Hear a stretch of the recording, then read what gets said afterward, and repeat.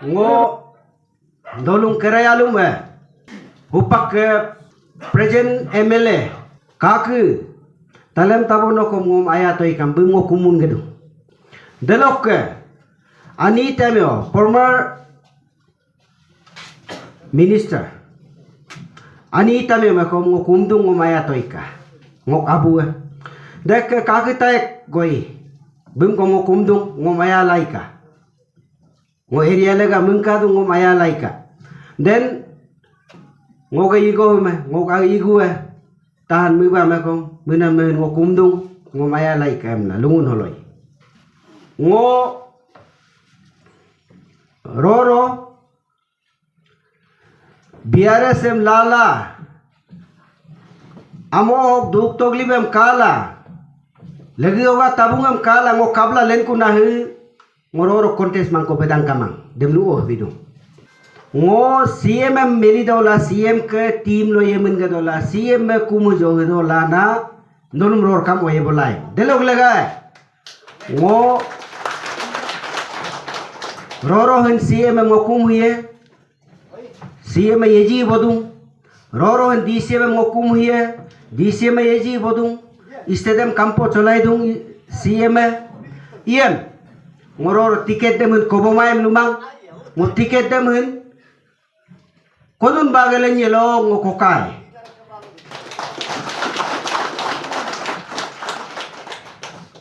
delok ke tiket dem ngo ajibakya mai milo hoim ngo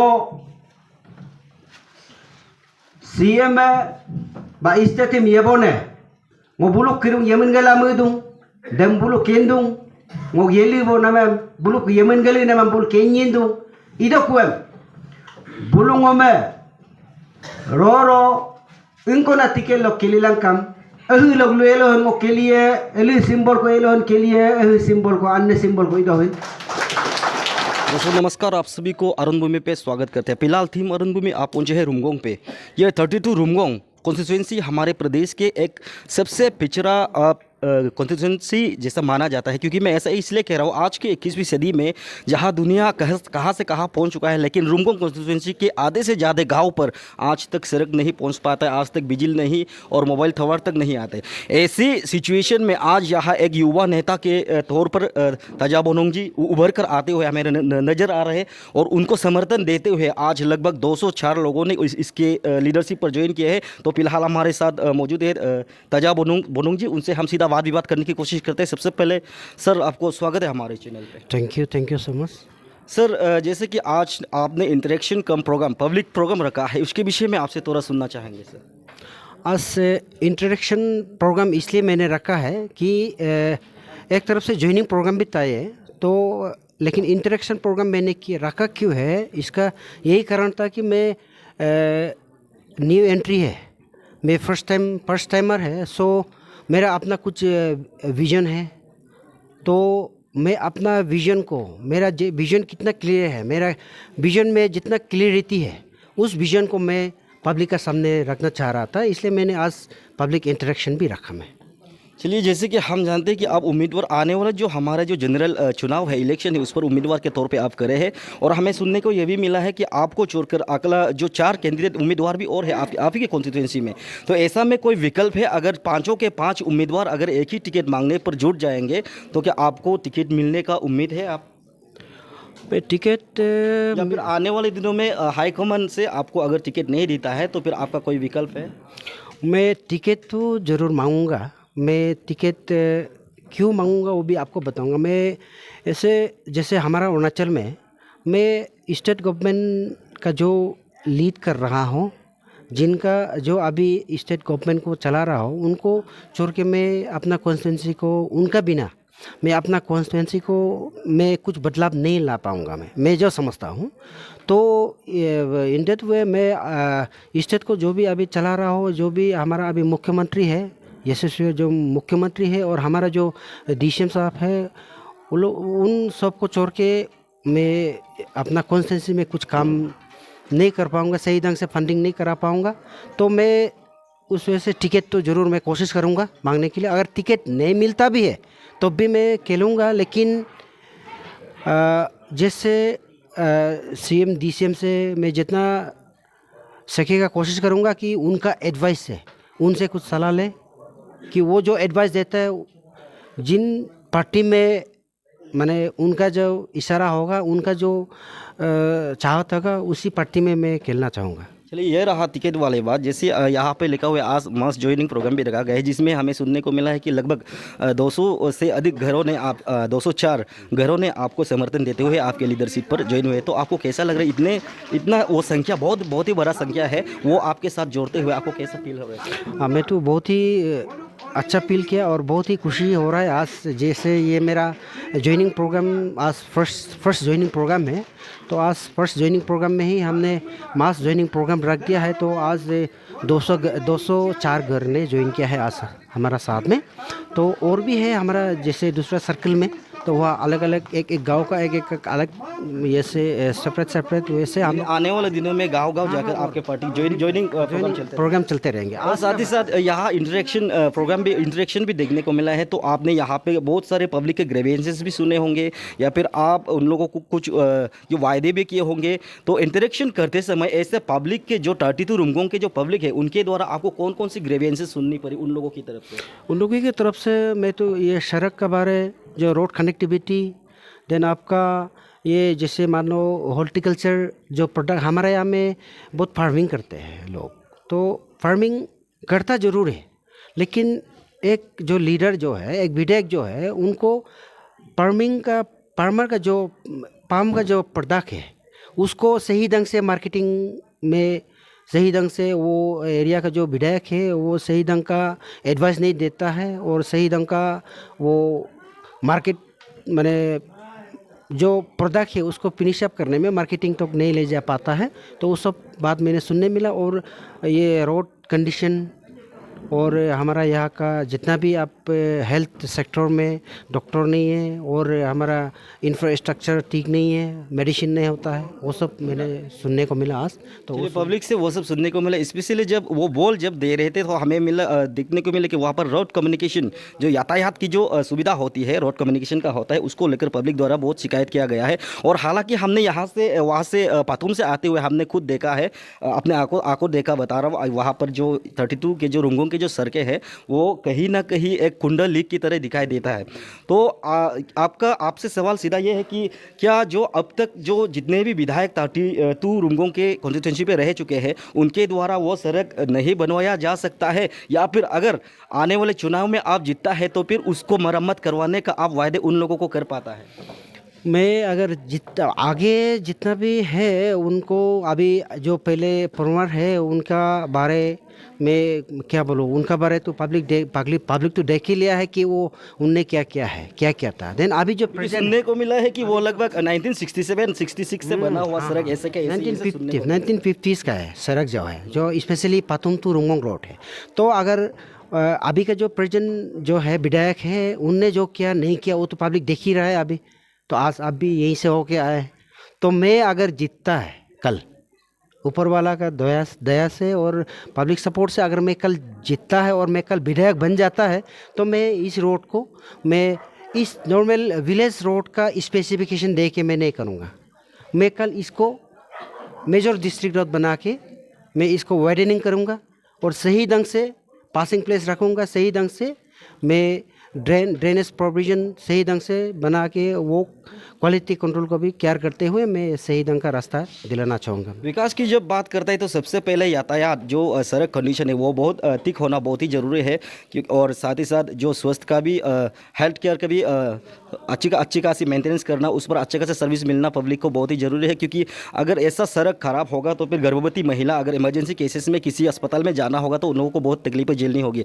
और sir जो agriculture और जो हॉर्टिकल्चर को लेकर आपने जो स्प्रेयर आज लगभग 15 लोगों को आप उसने बात की, आपने कहा था कि जो आप वहाँ ऑफिस जाकर ईटानगर जाके वो उन सब का नाम निकाला, उस पर थोड़ा प्रकाश डालिए सर, क्योंकि हम सुनना चाहेंगे कि इतना भारी तरीके से आप कैसे वहाँ ऑफिस जाकर उन लोगों को चुन पाए, वो आपसे थोड़ा सुनना चाहेंगे सर। ये एक्चुअली अभी हॉर्टिकल्चर और एग्रीकल्चर ये मैंने ये कब इंटरेस्ट शुरू किया, मैं क्योंकि मैं हमारा मुख्यमंत्री जी भी ये भाषण हम सबको जब भी वो भाषण उनका सुनता है तो आपने भी सुना होगा कि वो हमारा अभी मिडिल ईस्ट कंट्री में हमारा यहाँ का स्पेशली हमारा नॉर्थ ईस्ट का ऑलरेडी एमओयू भी हो चुका है, तो वो हमारा यहाँ का बहुत ही लाभदायक होगा।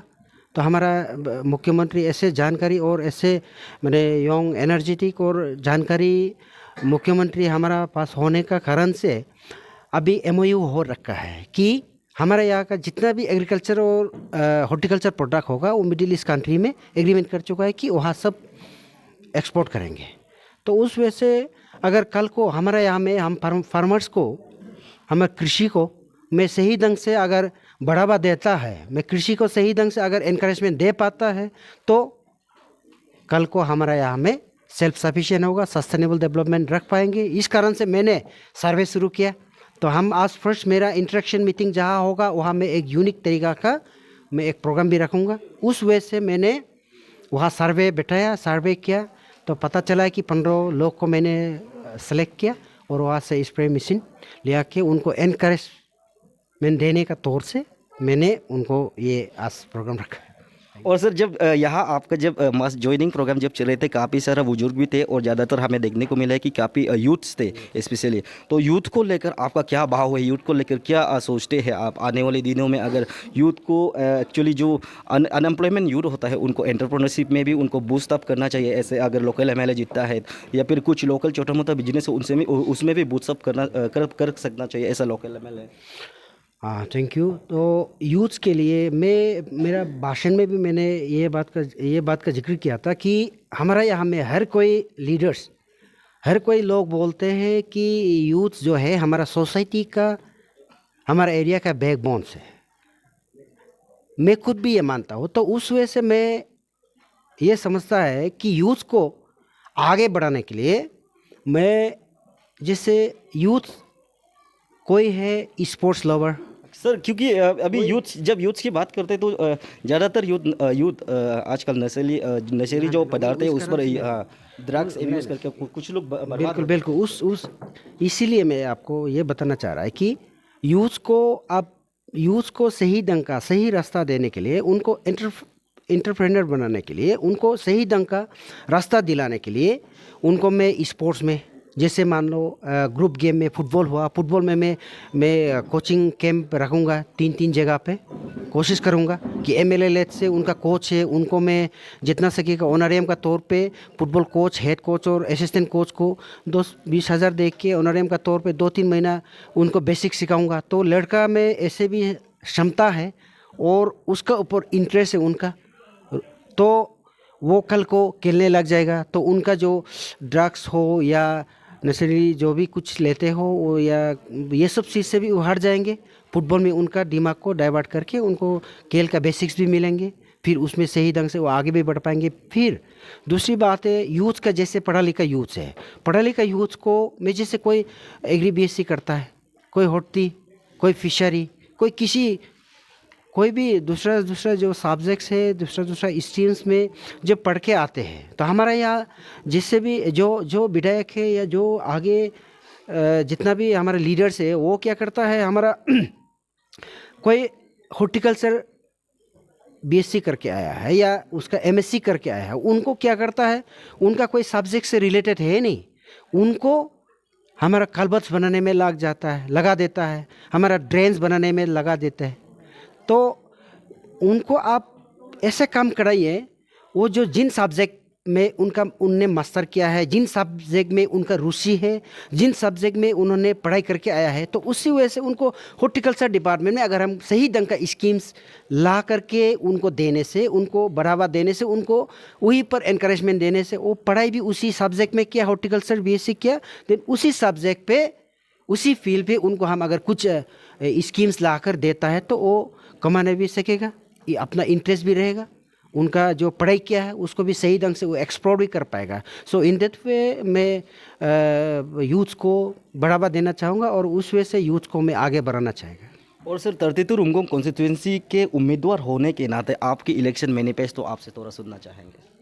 मेरा इलेक्शन मैनिफेस्टो तो कल मैं इलेक्शन मैनिफेस्टो बोल के मैं अभी इलेक्शन मैनिफेस्टो को मैं अभी ऐसे लिखित रूप में या मौखिक में मैं वो नहीं कर पाऊँगा, क्योंकि इलेक्शन मैनिफेस्टो जो होता है वो जिन पार्टी से हम कल को बिलोंग करेगा, जो भी पार्टी का टिकट लेके मैं इलेक्शन लड़ूंगा, उसी पार्टी का एक इलेक्शन मैनिफेस्टो होता है।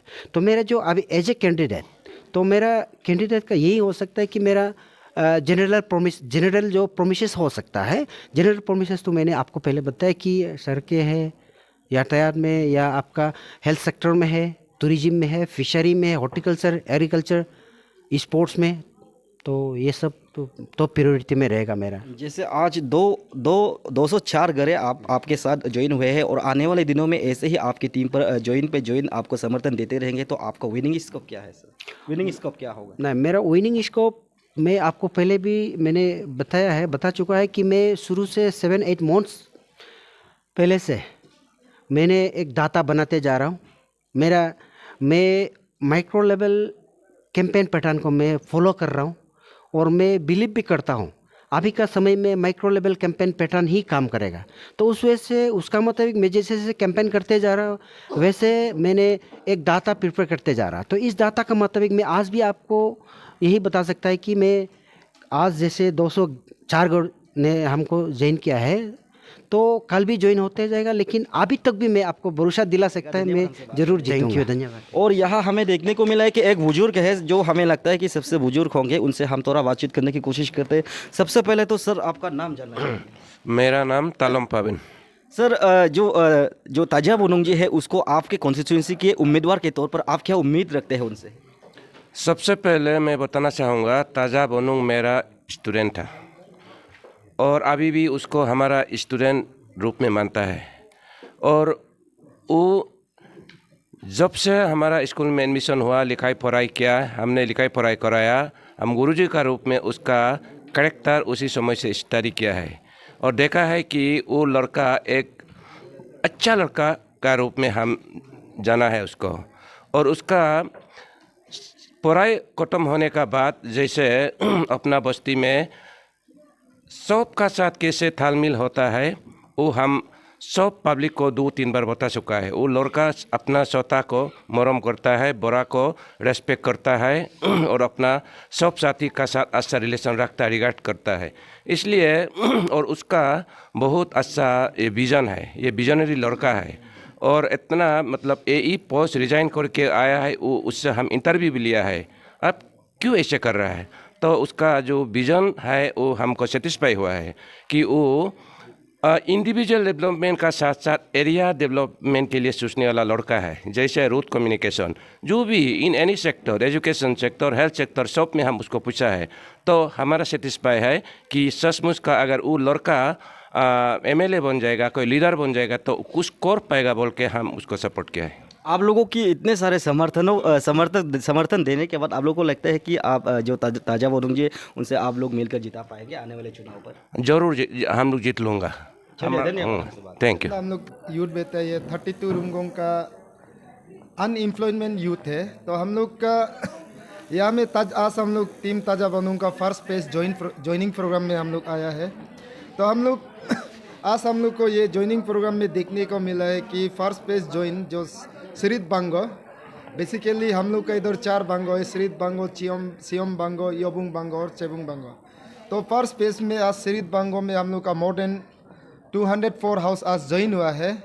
तो हम लोग इसको देख के दिल से बहुत सेटिस्फाई लगा है। और मोर ओवर जो हम लोग जितना यूथ्स का टीम ताजा बोनुंग को सपोर्ट करने का रीज़न ये है कि ये हमारा 32 रुमगोंग जो है अरुणाचल प्रदेश का सबसे पिछड़ा हुआ असेंबली कॉन्स्टिट्यूंसी है, जिसका मतलब हमको लग रहा है कि अगर इसी हाल में चलता रहा तो ये कॉन्स्टिट्यूंसी बहुत डार्कनेस में चला जाएगा, अंधेरा में चला जाएगा। तो हम लोगों ने बहुत देखा, हमारा यहाँ से कोई मिनिस्टर रहा, कोई MLA रहा, बट हम लोग का ताजा बोनुंग को सपोर्ट करने का हम लोग का टीम का मोटिव्स ये कि जो हम लोग का स्पेशली सियांग डिस्ट्रिक्ट और 32 रुमगोंग कॉन्स्टिट्यूंसी में जब जितना भी विधायक रहा, MLA रहा, तब से लेके जब से ये क्रिएशन हुआ, तो हम लोग का यहाँ में जितना हम लोग पढ़ लिखने वाला अनएम्प्लॉयमेंट यूथ के लिए कभी अपॉर्चुनिटी नहीं आया।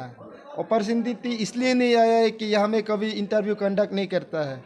तो हम लोग पढ़ लिख के तो ग्रेजुएशन करके तो आ गया, लेकिन हम लोग का यहाँ में कभी कोई भी डिपार्टमेंट में वो नहीं होता है। तो हम लोग को लगा है कि जो यूथ का एक्सपेक्टेशन को, यूथ का डिजायर को अगर कोई फुलफिल कर सकता है तो वो सिर्फ ताजा बोनुंग है। तो इसलिए हम लोग जितना 32 रुमगोंग का यूथ है टीम ताजा बोनुंग को सपोर्ट करता है। और सभी से जो अरुण भूमि का व्यूअर्स है और जो एरिया का इंटेलेक्ट जितना भी यूथ है, सबसे हम लोग हाथ जुड़ के और तहे दिल से रिक्वेस्ट करेगा कि please come and do join ताजा बोनुंग, क्योंकि ताजा बोनुंग ही एक ऐसा लीडर है जिसका विजन क्रिस्टल क्लियर है, जो एरिया के लिए कुछ कर सकता है। तो हम जितना भी हम लोग का 32 रुमगोंग का यूथ है सबसे रिक्वेस्ट करता है, please come and do join the ताजा बोनुंग। इस बार हम लोग उसको जिताना है और हम लोग का 32 रुमगोंग कॉन्स्टिट्यूंसी को आगे ले जाना है। यानी आप लोग का मानना है कि बेटर 32 चाहिए तो ताजा बोनुंग को जिताना। जी, हम लोग तो बेटर 32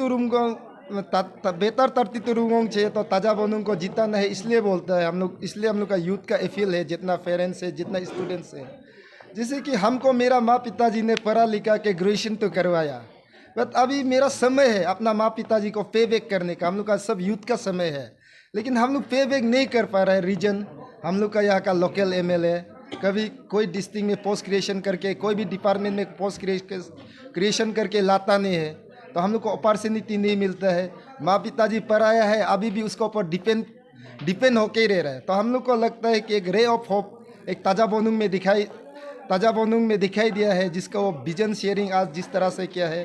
तो हमको लगा है कि अगर ताजा बोनुंग जीतता है तो he will definitely do something for the area and he will definitely do something for the youths. Thank you.